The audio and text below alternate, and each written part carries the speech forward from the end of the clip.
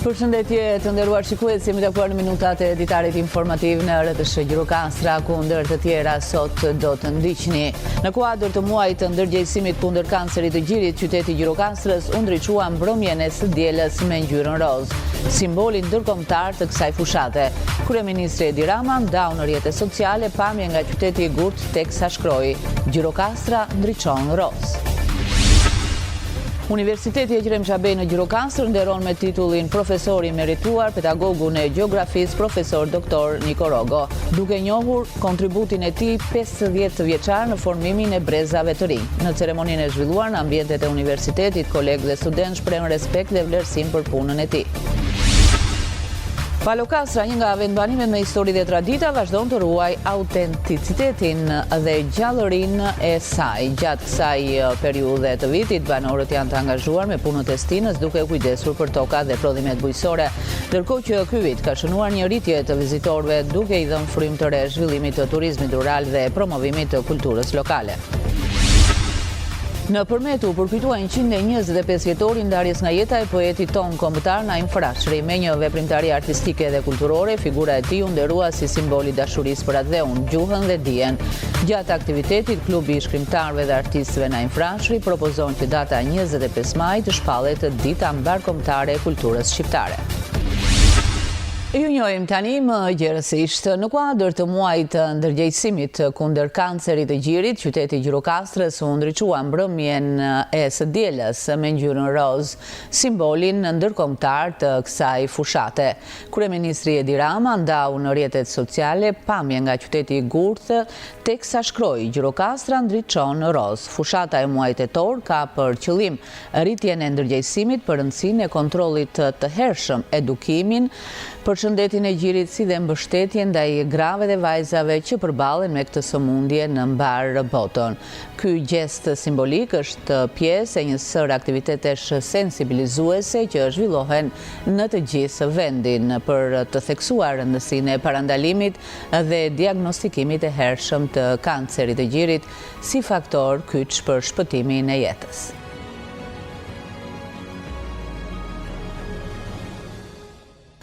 Universiteti Ekrem Çabej Gjirokastër nderon me titullin profesor i merituar pedagogun e gjeografisë profesor doktor Niko Rogo, duke vlerësuar kontributin e tij 50 vjeçar në formimin e brezave të rinj. Në ceremoninë e zhvilluar në ambientet e universitetit, kolegë dhe studentë shprehën respekt dhe vlerësim për punën e tij. Personaliteti i shquar i arsimit dhe kërkimit shkencor shqiptar me mbi 50 vite e karrierë akademike në fushën e gjeografisë, me një kontribut të vyer në avancimin e dijes, formimin e brezave të rinj të studiuesve dhe promovimin e vlerave akademike në arsimin e lartë, autor dhe bashkautor i botimeve të rëndësishme shkencore dhe teksteve universitare, të vlerësuara në qarqet akademike kombëtare dhe ndërkombëtare. Me këtë motivacion, profesor doktor Niko Rogo u vlerësua nga Universiteti i Gjirokastrës me titullin profesor i merituar. Erdha 23 vjeç, gjeta bashkëmushatare dhe student.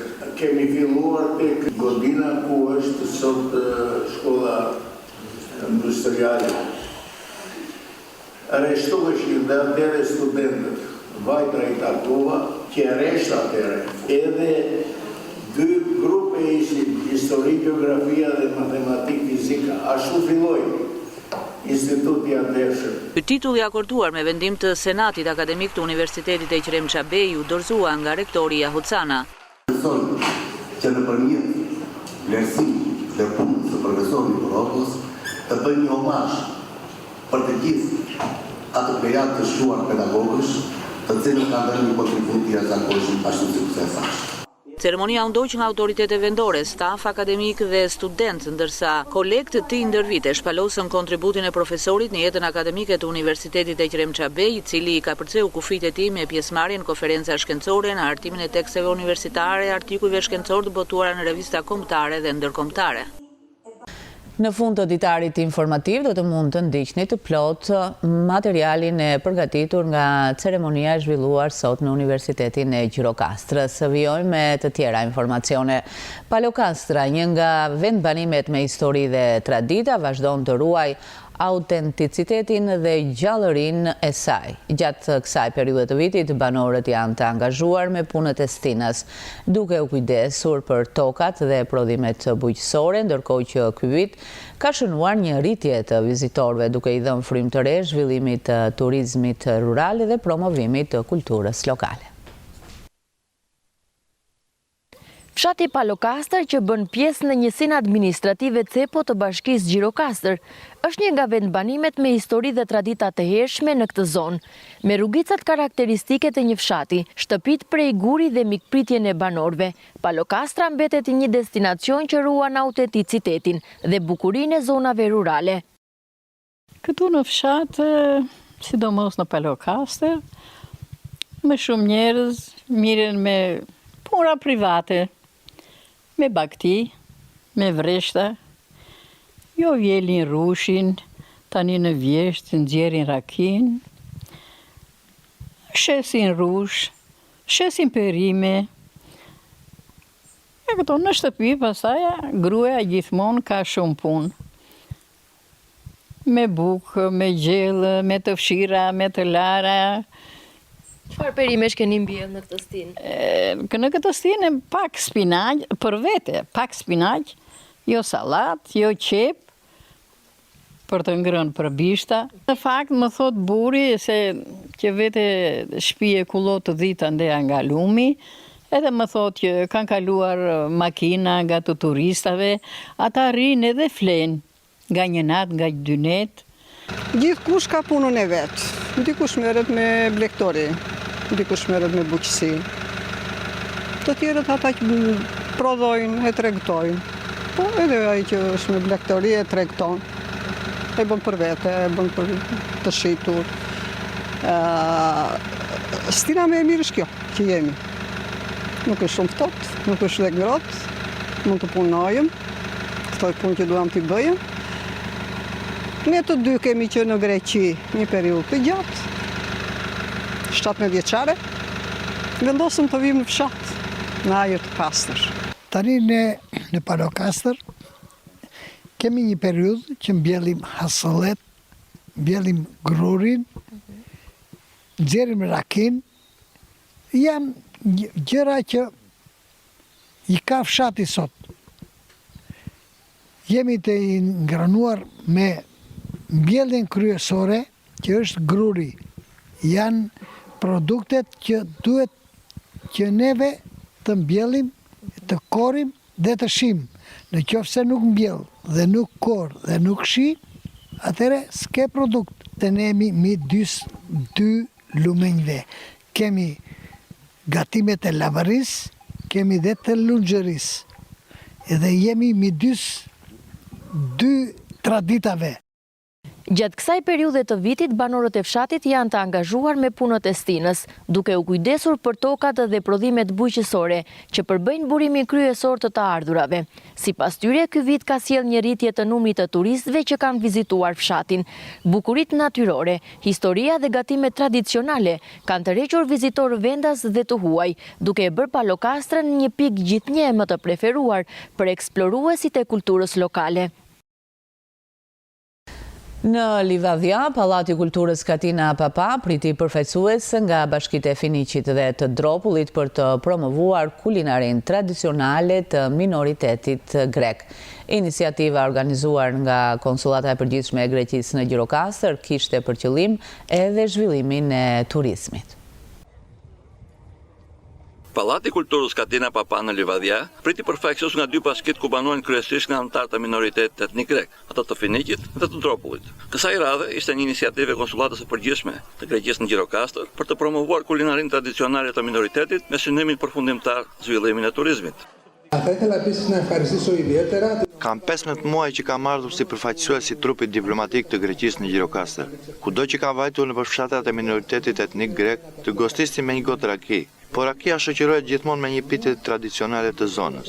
Prandaj, dhe ne kemi menduar që të promovojmë këto dy produkte emblematike nëpërmjet këtij aktiviteti dhe miqve special të kulinarisë dhe gazetarëve që kanë ardhur nga Greqia. Natyrisht, objektivi final është zhvillimi i turizmit në Finiqi dhe Dropull. Pikërisht për këtë qëllim, kanë ardhur nga Kryeqyteti Grek Athina, specialistë dhe gazetarë të revistës Gastronomos, të cilët kanë vizituar edhe shumë restorante në Dropull. Με μεγάλη μας χαρά είμαστε εδώ σήμερα. Është hera e parë që vizitoj zonat e minoritetit etnik grek dhe jam shumë e entuziazmuar, përfaqësoi revistën Gastronomos, e cila është pjesë e grupit mediatik të gazetës Kathemerini, dhe kemi ardhur me ftesë të konsullit grek në Gjirokastër, zotit Survinos. Kuptohet se ne do të promovojmë kulinarinë në zonën e Finiqit dhe të Dropullit, pasi do të vizitojmë edhe restorantet më të mira të kësaj treve. Και να ξανάρθουμε. Përveç bashkive të Dropullit të Finiqit, këtë aktivitet e mbështeti edhe shoqata kulturore Shëngoz-Maja Livadja, e cila bashkëngjiti festën e përvitshme të rakisë. Qëllimi është që të promovojmë vendin edhe kulturën edhe traditat tona këtu në vendin që rrojmë. Edhe po presim dhe turistët na vinë, për këto që supozojmë se do jetë një diçka e bukur. Kjo festë është gërsetuar me festën tradicionale të rakisë? Po sot s'na mbajti koha edhe do përpiqemi të bëjmë diçka brenda ambientit të qendrës kulturore Katina Popa. Në fund të aktivitetit, u akorduan nga jurit përkatëse 3 çmimet e parafituese, si për piten, ashtu edhe për rakin më të mirë. Ndërsa grupet e shoqatave kulturore Shëngoz-Maja Livadja dhe Dropulli dhanë për të pranishmit një koncert të bukur artistik. Të rinjtë e Libohovës po promovojnë qytetin e tyre duke shërbyer si udhërrëfyes drejt thesareve historike. Ata na çojnë drejt teqes Melanit, një tempull shpirtëror mbi Akropolin e Lirë, simboli bashkëjetesës dhe një perlë arkitekturore. Përmes entuziazmit të tyre, vizitorët përjetojnë historinë, traditat dhe mikpritjen e Libohovës. Kur të rinjtë e Libohovës bëhen udhërrëfyes, qyteti i tyre merr jetë përmes syve dhe zërit të brezit të ri. Ata na çojnë drejt teqes Melanit, krenarisë historike e ngritur mbi Akropolin e qytetit i lirë, një vend që lidh shekuj të tërë kulturë, besim dhe histori. Në këtë udhtim edukativ dhe kulturor, të rinjtë nuk janë vetëm tregues, ata bëhen protagonistë që promovojnë qytetin e tyre, tregojnë historinë, traditat dhe mikpritjen e komunitetit. Përmes entuziazmit dhe përkushtimit të tyre, vizitorët nuk ndjekin thjesht një itinerar, por përjetojnë Libohovën me shpirtin e saj, duke kuptuar se çdo rrugicë, çdo monument dhe çdo histori ka zërin e brezit të ri që e mban gjallë trashëgimin. Por kjo kodër nuk është thjesht një vend i bukur. Ajo ka qenë dikur djepi shqyrtërimeve të lasta. Këtu në lastësi ndodheshin këstjella e pirote dhe ilire, dhe pikërisht gurët e tyre janë përdorur më vonë për të ndërtuar të qenë. Tesheja prej guri që shohim sot është ndërtuar rreth vitin 1800 nga baba Aliu Gjirokastrës. Ajo është e mbuluar me kapeza të bardha dhe të gjelbëta, simbole të besimit bërtashik. Tesheja e Melanit është sot monument kulture kategorisë së parë. Por ky vend ban edhe histori evropiane. Këtu, në rrugët e vjetra të karvanëve, kanë kaluar John Hophouse dhe Lordi Byron në udhëtimin e tyre për të takuar Ali Pashën e Janinës. Ky vend nuk është vetëm një shëndet shpirtërore, është një ujë ndërmjet historisë, besimit dhe identitetit shqiptar. Ky tempull shpirtëror është më shumë se një monument fetar. Ai simbolizon bashkëtesën, tolerancën dhe identitetin unik të Libohovës. Arkitektura e saj harmonizuar me peizazhin natyror përngjan me një oazë të qetë dhe magjik, ku vizitorët ndjejnë bukurinë dhe paqen e vendit. Libohova përmes syve dhe veprës së këtyre të rinjve bëhet një perlë kulture që fton botën të zbulojë, të mësoj dhe të ndjej krenarinë e këtij qyteti unik. Në përmet u përkujtuan 125 vjetori ndarjes nga jeta i poetit ton kombëtar Naim Frashëri. Me një veprimtari artistike dhe kulturore, figura e tij u nderua si simboli dashurisë për atë dheun, gjuhën dhe dijen. Gjatë aktivitetit, klubi i shkrimtarëve dhe artistëve Naim Frashëri propozon që data 25 maj të shpallet dita mbarkombëtare e kulturës shqiptare.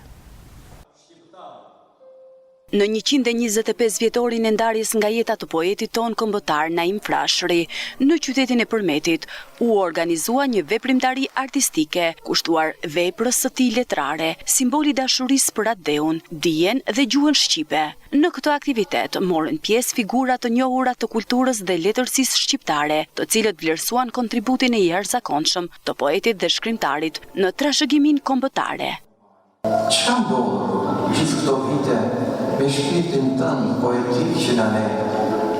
Do të dëshiroja të tregoja shpoqur dhe me zëmër të dorë. vepra juaj me i nuk ka mundur. Tashmë kemi të mbledhur të plotë në 6 dhurime të përgatitura nga 2 akademik, njëri gjirokastrit, Jorgo Burgo i Ndjerë, e thonë, dhe tjetëri shqiptar nga Kosova, Recep Qosja i quaj. Në kuadër të këtij përkujtimi, klubi shkrimtarëve dhe artistëve Naim Frashëri nëpërmjet një kërkese zyrtare dhe një protokolli të veçantë, ka propozuar që data 25 maj të shpallet si dita mbarkombëtare e kulturës shqiptare. E veçanta e këtij viti ishte sepse ne bëm shpalljen publike të propozimit ton që 25 maj, ditëlindja e poetit madh, të ishte dita mbarkombëtare e kulturës shqiptare. Populli shqiptar, si populli më i vjetër në Ballkan, me të vërtet ka një kulturë për t'u admiruar, por nuk ka një ditë si dita e kulturës mbarkombëtare shqiptare për të festuar këtë kulturë shekullore, ashtu si dhe popujt të tjerë në botë. Dita e kulturës për një popull dhe një kombë të ndarë në disa shtete merr një rëndësi të veçantë, pasi kultura bashkon dhe zhvillon shoqërinë, unifikon ndjenja, traditën, zakonet dhe hedh një bazë solide në bashkimin e kulturave me interes të përbashkët ekonomik dhe shoqëror. Përmeti ka kthyer tashmë në traditë përkujtimin e figurës së Naim Frashërit, si në ditën e lindjes ashtu dhe në atë të ndarjes nga jeta, duke organizuar veprimtari artistike dhe kulturore që i kushtojnë jetës dhe veprës së tij.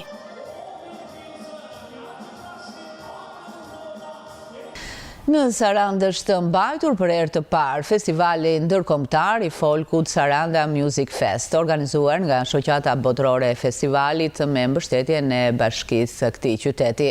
Shëtitoria e qytetit u kthye në skenë të hapur ku grupe nga Ballkani dhe Europa sollën këngë valle tradicionale, duke krijuar një atmosferë shumë ngjyrshe dhe festive. Festivali solli gjallëri kulturore dhe turistike në qytetin bregdetar që mbetet një destinacioni gjallë edhe në vjeshtë. Shëtitoria e Sarandës këtë fundjavë u kthye në skenë të hapur për festivalist, art burimor dhe kostume popullore ardhur nga disa vende të rajonit dhe Europës. Ishte festivali Saranda Music Fest, si një event kulturor për njohjen dhe afrimin mes popujve, që bëri bashk folkloristë të ardhur nga Malizi, Bullgaria, Estonia, Lituania, Bullgaria dhe Letonia.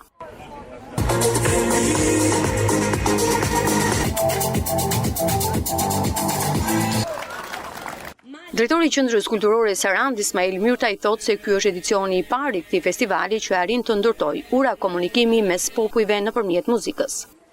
Ishte festivali i parë që zhvillohet në qytetin e Sarandës. Ishte festival nga shoqata botërore e festivaleve. Është organizata më e madhe që organizon festivale në shumë vende të botës. Sot kishim prezent nga shumë vende, nga Lituania, Bullgaria, Malizi, natyrisht dhe nga Shqipëria, nga Saranda. Motoja e kësaj shoqate është të ndërtojmë urliste përmes muzikës dhe vallëzimit. Ky festival muzike organizuar për herë të parë në Sarandë kishte mbështetjen e Bashkisë së Sarandës. Festivali solli gjallëri kulturore dhe artistike në qytetin bregdetar, kur prurjet turistike nuk mbarojnë. Spektatorë të performancave folklorike të festivalit u bën edhe turistë të huaj që kaluan një fundjavë plot art burimor të disa popujve nga rajoni dhe Europa. Luftëtari u ndal në shtëpinë e tij nga Skënderbeu, duke humbur një ndeshje të ngushtë që vendosi fitoren e korçarëve në minutat e fundit. Goli i Tajos në minutën e 86 ishte vendimtar, duke i siguruar 3 pikët e rëndësishme Skënderbeut. Bluzinjt do të udhëtojnë këtë fundjavë drejt Kukësit për të shpresuar për një 3 pikësh.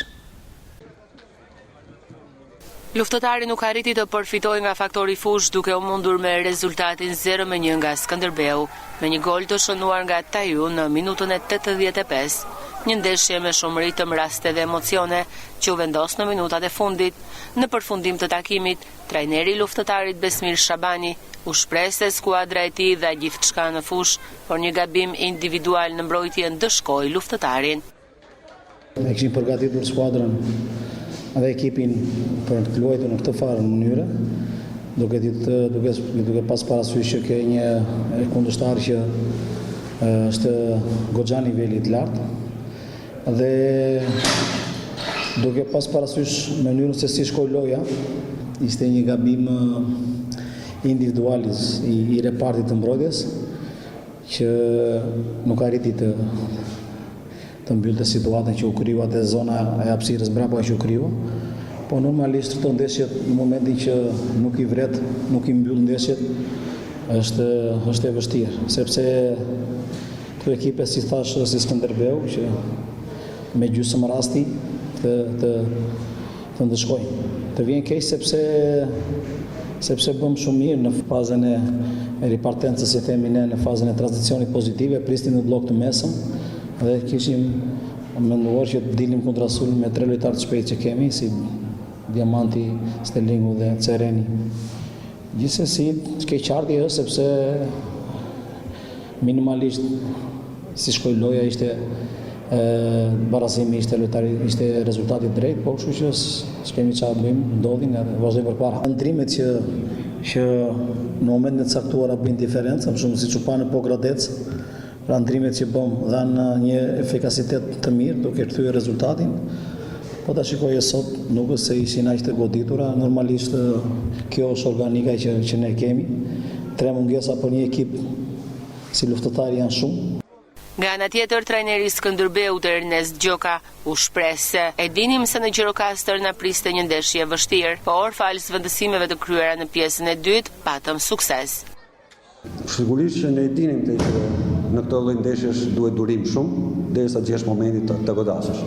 Dhe ne patëm momentet mira tona, me shumë durim arritëm edhe shkuam drejt fitores, duke pas parasysh goli që bëm gati në përfundim ndeshjes.